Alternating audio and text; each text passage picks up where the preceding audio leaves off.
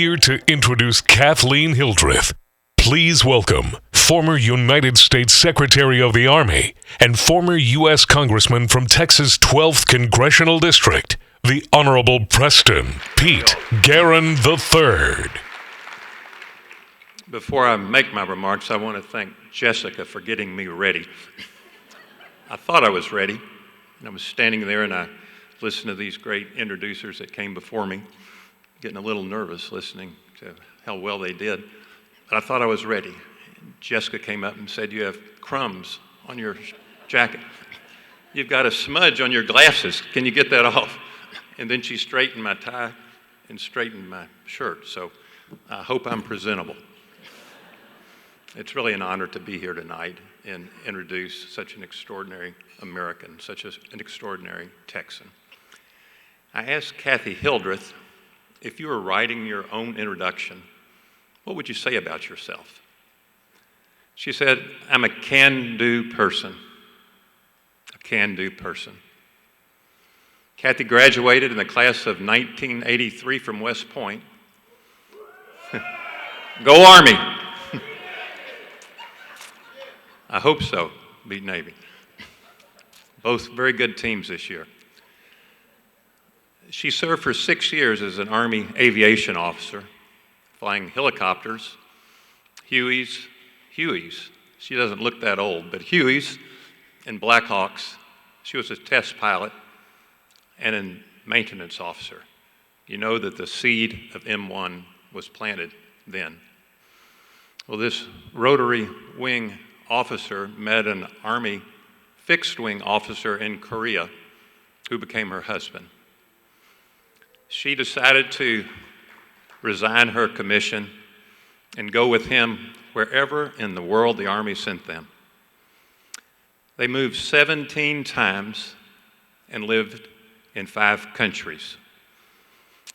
The Army placed her here in Texas at her last station, and we're fortunate that it did. Kathy describes her work experience during that period as 23 years of underemployment. It included an $8 an hour job with Lockheed in Panama. Kathy credits the lessons learned from those odd jobs over more than 2 decades with preparing her to co-found and build M1 Support Services, the billion-dollar national defense contractor that she and Bill Schelt built over 20 years. Under their leadership, M1's 7,000 employees provide essential services, mostly aviation, for our soldiers, sailors, airmen, and Marines all over the world, continuing Kathy's extraordinary and distinguished career of service to our nation, our nation's defense. A career she began when she first set foot on the plane at West Point 45 years ago.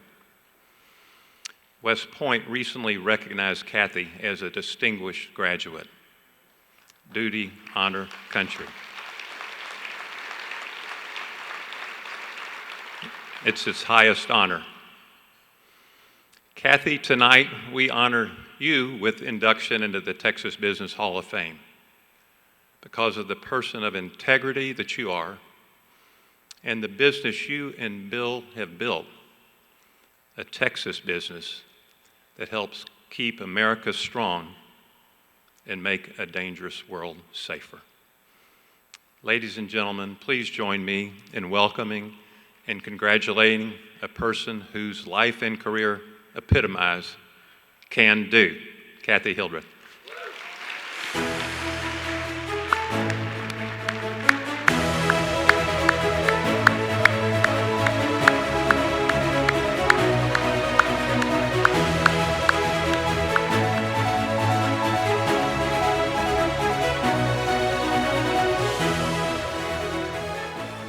Thanks very much, Pete. That was an excellent introduction. I really appreciate it. So, good evening, friends, family, Texas Business Hall of Fame legends, past, present, and future.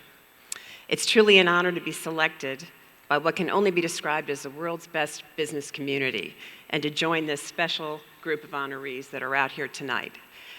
As I have learned about the awesome work of this organization to promote, cultivate, and nurture the thriving business community of Texas, the prouder I am to be a representative, and I can demonstrate the art of the possible to the up-and-coming business leaders. Everyone in this audience knows the sacrifices that come with throwing yourself 110% into your business or your career pursuits. So first, I want to thank my husband, Brad, and my family for enduring my long hours. Thank you. I'll say constant travel and listening to me commiserate about the ups and downs that come with starting a business and running a business that's as dynamic as ours was. And truly, no one can succeed alone. Everyone has said that this evening. But many of you have businesses where you've had or had business partners. Steve Jobs had Steve Wozniak. Warren Buffett had Charlie Munger.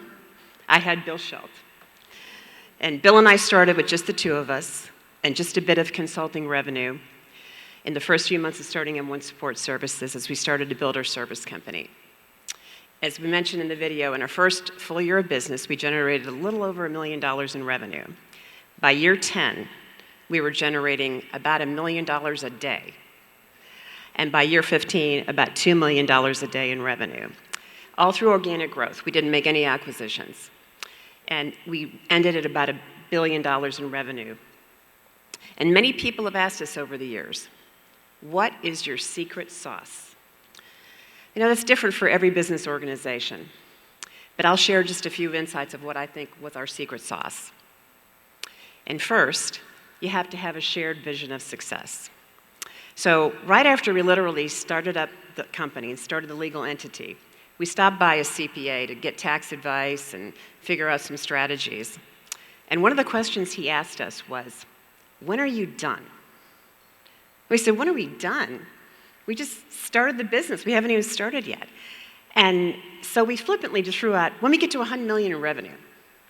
Because when you're at zero, 100 million in revenue sounds like a humongous mountain to climb. But we never put any artificial limits on our success. We just kept working diligently, building our business relationships and our business until we reached 100 million, and then we kept on building. So second, having complementary skills and establishing lanes for your work enables you to scale more quickly. And then hiring talented key people who can support your vision and allow you to do the things you do best. And I say third, having a shared culture. We talked a little bit about culture in the video. The culture you create in your company dictates how your team will operate, how your decisions are made, and ultimately whether you succeed or fail. And you can have the best business plan in the world, but if your culture's not right, you're going to struggle. So in the video, I described part of our culture. We refer to it as the M1 way. It became the tenets that we use to meet and exceed our customers' requirements. So lastly, pushing that culture into the lowest levels of your organization so that everyone is executing to that shared vision and culture. We set our standards very high. And by example, we asked our management leaders to do the same. Everyone wants to be on a successful, winning team. And when you can build that success into your culture, it builds on itself and sustains itself through peer motivation. So finally, I'll say the one that holds it all together is grit. Setbacks are a part of business, they're a part of life. Investors turn you down, deals fall through, products fail. It happens to all of us. But grit is what keeps you going. It's about embracing the failure as a learning experience and not as a stopping point. In my business, we've had our challenges. There's been plenty of times when people said, you can't do that. You won't win that contract. It's impossible. And there's nothing more motivating to me than someone telling me that it can't be done. So when someone tells me no, I hear it as a challenge, and I know many of you feel the same way. So as I wrap up, I just want to leave you with this.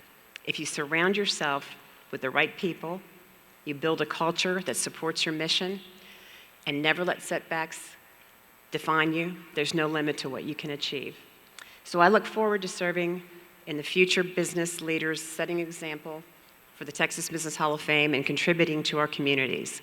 And thank you again to the Texas Business Hall of Fame for this amazing recognition. And enjoy the evening and strive to have fun in your professional endeavors. Thank you.